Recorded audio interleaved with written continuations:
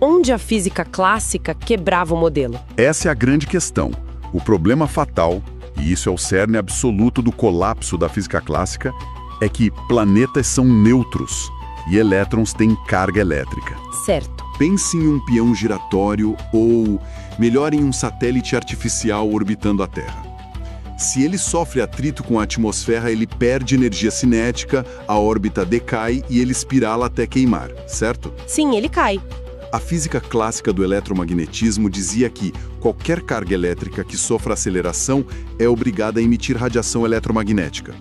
E girar em círculo significa estar constantemente acelerando em direção ao centro. Entendi. Ou seja, ao girar no átomo saturniano, o elétron atuava como uma antena emitindo luz sem parar. E ao emitir luz, ele gasta energia. Esse é exatamente o ponto. Se ele perde energia continuamente irradiando essa luz, ele perde velocidade. É o atrito do satélite. Em questão de frações de segundo, a atração do centro positivo puxaria esses elétrons sem energia. Meu Deus! E eles colapsariam contra o núcleo em uma espiral da morte. A matemática do Schott provou que o átomo do Nagaoka deveria desabar quase instantaneamente. Basicamente, a matéria, como a conhecemos, não deveria existir. Isso é assustadoramente frustrante. Muito. A matemática clássica afirmava que a gente deveria implodir, mas na vida real, os átomos continuavam inteiros. E por causa dessa barreira teórica aparentemente impossível de cruzar, o próprio Nagaoka acabou abandonando o modelo dele para focar em testes práticos de laboratório. Uma pena, porque a intuição dele foi brilhante. Foi muito visionária. A ideia de separar rigidamente a carga pesada positiva no centro e os elétrons ao redor pavimentou a estrada. Porque a prova definitiva de que esse centro massivo realmente existia não veio das estrelas, e nem de equações num quadro negro. Veio da força bruta. Sim, veio de disparos literais contra finas folhas de metal. Chegou a vez do Ernest Rutherford. O interessante do Rutherford é a mentalidade super prática dele. Ele era um neozelandês de origem muito humilde, que conseguiu ir para Cambridge e trabalhar com o Thomson com dinheiro emprestado. Ele era o cara da mão na massa. Totalmente. Ele fez a carreira dele primeiro no Canadá e depois em Manchester, destrinchando não a luz, mas a radioatividade pura e dura. Ele que classificou as emissões radioativas em raios alfa, beta e gama. Ele não ligava tanto para abstração, né? Não. Ele era a maior autoridade mundial em disparar partículas subatômicas em alta velocidade contra alvos físicos para ver o que acontecia. E isso nos leva a 1909. O Rutherford, junto com o parceiro Hans Geiger, o cara que depois inventaria o contador Geiger. Esse mesmo. E um estudante de graduação de 20 anos chamado Ernest Marsden, eles montam um experimento brutal. Eles começam a metralhar partículas alfa contra folhas de ouro puríssimo, da espessura de um fio de cabelo, no escuro do laboratório. O famoso experimento da folha de ouro. E o que aconteceu foi que a gigantesca maioria das partículas atravessava a folha direto, como se fosse um tiro passando por uma névoa. Mas algumas, poucas, uma fração minúscula, ricocheteava de volta.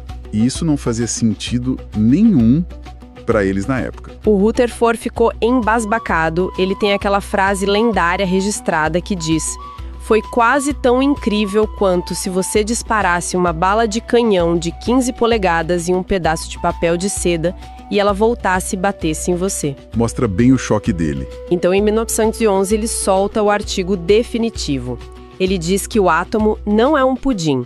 Ele tem um núcleo central minúsculo, indescritivelmente denso, que concentra a carga positiva e 99% da massa. E o resto do átomo é um vazio assustador. E aí a gente pensa, o santo grau foi encontrado, né? Sim, o coração da matéria foi exposto, mas aí vem o banho de realidade da história da ciência. Nossa, sim! Eu achei esse detalhe da tese chocante. Quando Rutherford publicou a descoberta do núcleo atômico em 1911, a comunidade científica global basicamente... Silêncio total. Ninguém deu a mínima. A descoberta foi solenemente ignorada. como um achado tão monumental que reformulou a nossa compreensão do universo pode ser recebido com tanto silêncio? Isso levanta uma questão muito importante sobre como a ciência é puramente movida pela utilidade no momento presente. A gente precisa lembrar de quem estava lendo esses artigos. Os químicos. Exato.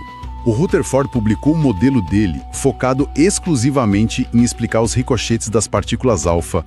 E sabe de quem ele esqueceu completamente no modelo dele? Dos elétrons. Exatamente.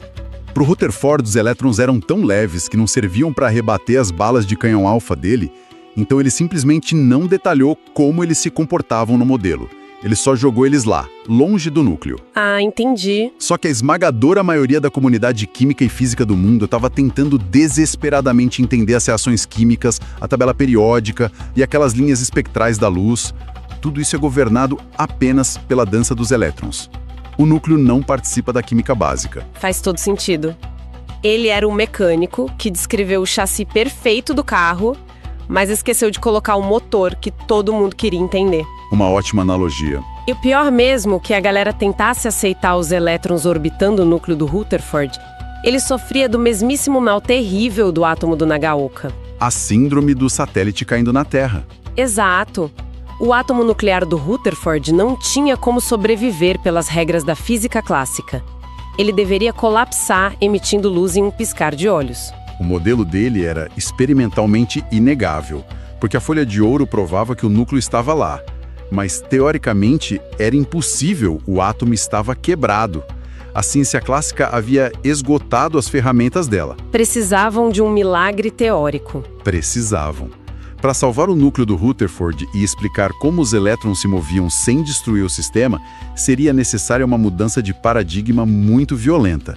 Algo que rompesse de vez com as leis de Newton e de Maxwell. E, ironicamente, a chave para consertar o microverso do átomo não veio de um químico, mas de um cara que passava as noites olhando para o espaço sideral, para as coroas solares e para o brilho das nebulosas. O herói improvável dessa história se chama John William Nicholson. E a contribuição dele é algo que raramente se ouve falar, mas a tese que temos em mãos ilumina o trabalho dele de forma brilhante. O Nicholson era um astrofísico e matemático britânico incrivelmente talentoso, certo? Sim, ele era brilhante. E o que ele estava fazendo? Ele passava os dias analisando as linhas espectrais, aquele código de barras de luz, mas de elementos que os cientistas da época juravam que só existiam no espaço sideral.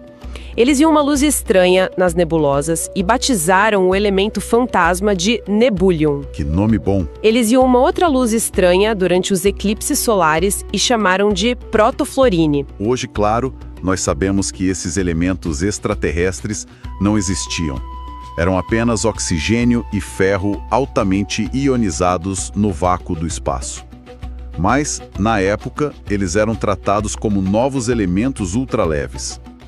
E o Nilsson queria entender a estrutura deles. E o que ele fez para resolver isso? Ele fez uma coisa genial.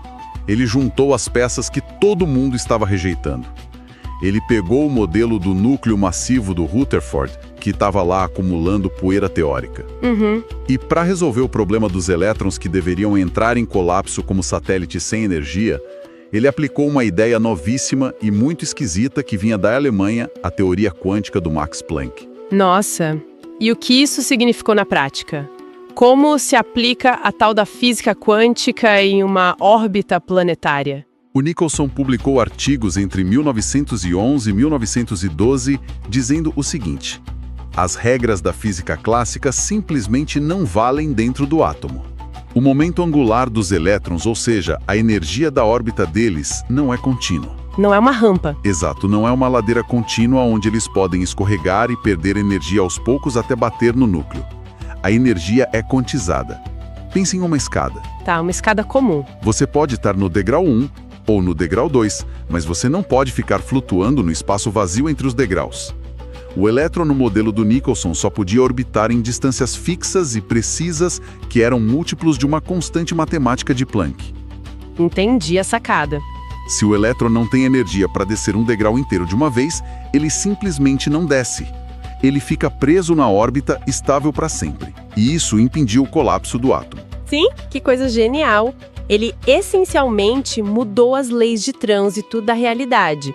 O átomo parou de ser uma ladeira escorregadia que terminava em implosão e virou uma escadaria de energia travada e segura. É a gramática de uma língua microscópica desconhecida. Sim, e eu fico de cara ao constatar que a ideia de quantizar órbitas não surgiu da observação de tubos de ensaio, mas de eclipses solares. A matemática dele era tão elegante que ele conseguiu prever linhas de luz na coroa solar antes mesmo dos astrônomos procurarem por elas. Ele estava muito à frente do tempo dele. Muito! A pesquisa deixa claro que o Nicholson montou todo o arcabouço matemático rigoroso que pavimentou o caminho final.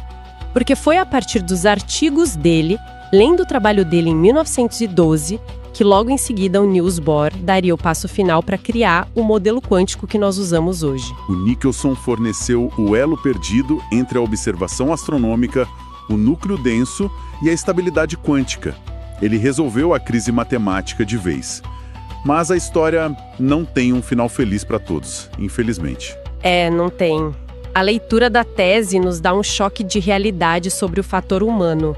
O texto menciona brevemente que o Nicholson desenvolveu graves problemas de saúde mental pouco tempo depois desse auge criativo dele. Uma trajetória muito difícil. Ele enfrentou o alcoolismo, acabou sendo internado num sanatório por décadas, e hoje ele é um nome quase esquecido pela história oficial da física, ofuscado pelas lendas do Rutherford e do Bohr, que levaram os prêmios Nobel. É um lembrete profundo e muito triste de que a ciência não é feita por robôs lógicos e impecáveis. Ela é feita por seres humanos brilhantes, vulneráveis e muitas vezes tragicamente frágeis. O progresso é construído sobre o suor de muita gente que acaba ficando de fora das páginas dos livros. Que nos traz perfeitamente ao final dessa nossa investigação. Ao desempacotar essa história toda, fica impossível não ver a ciência como uma grandiosa e maravilhosa corrida de revezamento. O átomo moderno não nasceu de um momento eureka solitária num laboratório estéril. Definitivamente não. Ele é filho dos ímãs flutuando nas bacias do Thomson. Ele herdou os anéis espaciais imaginados pelo Nagaoka admirando Saturno. Ele carrega o choque das balas de canhão ricocheteando no núcleo sólido do Rutherford.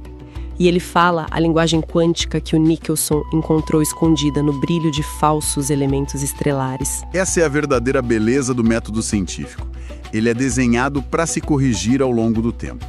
O progresso real é movido em igual medida pelas tentativas falhas e premissas erradas, quanto pelos grandes acertos matemáticos. Exatamente. As respostas erradas de ontem são as ferramentas indispensáveis para as perguntas certas de amanhã. Isso me deixa com uma provocação final para todo mundo que está nos ouvindo agora. Manda. Se a gente parar para pensar, todos esses cientistas brilhantes basearam as melhores pesquisas das vidas deles em conceitos que a gente sabe que nem existem hoje. Eles calcularam a dinâmica do éter invisível e escreveram artigos sérios sobre o Nebulium. Eles estavam incrivelmente certos, mas baseados em premissas muitas vezes erradas. O que nos leva a pensar na gente hoje. Isso. O que será que nós, hoje, no século XXI, com todos os nossos supercomputadores, aceitamos como um fato científico absoluto e inquestionável, mas que daqui a 100 anos será lembrado como o nosso próprio pudim de passas? Aquela teoria que todo mundo achava que era a verdade final, mas era só um degrau torto. Perfeito. Fica o pensamento para quem nos ouve. Pode ser algo sobre as estrelas que a gente vê à noite ou sobre as moléculas nas pontas dos nossos dedos. A gente continua essa busca na nossa próxima investigação.